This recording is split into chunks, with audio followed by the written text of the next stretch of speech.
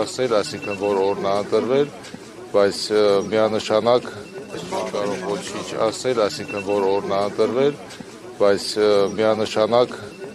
եկել ենք խոնարհվենք մեր նահատակների առջև եւ սա միայն այս օրը չի, սա եւս մեկ օր է, որ առիթ է մենք գանք այստեղ եւ մեր պարտ կտանք մեր նահատակված տղաներին։ Պարոն Սարգսյան, ինչքան Արցախից 10 քաղաքացի,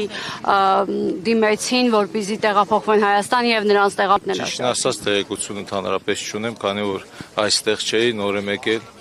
հանրապետությունից դուրս էի։ Ընդհանրապես չունեմ, քանի որ այստեղ չէի, նոր եմ եկել, հանրապետությունից դուրս էի։ Այս ընթացքում, որ եկել եք տեղյակ եք եղել նորությանը, հետաքրքրվել եք ինչու մի անգամից այս տեղափոխման հարցը նրանց մոտ ծագեց։ Դեռ ոչ չեմ հասցրել ճիշտ։ Այս տեղափոխման հարցը նրանց մոտ Դեռ ոչ ծագեց։ չեմ հասցրել ճիշտ ասած։ Նա ինչպես եք իրատեսական համարում։ Նորմալ եմ գնահատում, որ բոլորը 23 թվականին որոշում են կայացնել տեղահանվել, եկել են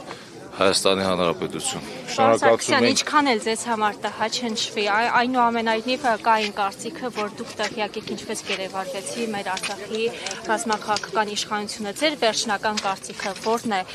Վերջին ժամանակ, վերջին անգամ երբ եք նրանց տեսել։ Ի վերջո այս մեղադրանքները փարատելու համար դուք ինչ ունեք ասելու, որ չեք ասում։ Ես միշտ ասել եմ եւ բազմիցս ասել եմ, անընդհատ այդ հարցը տալիս եք։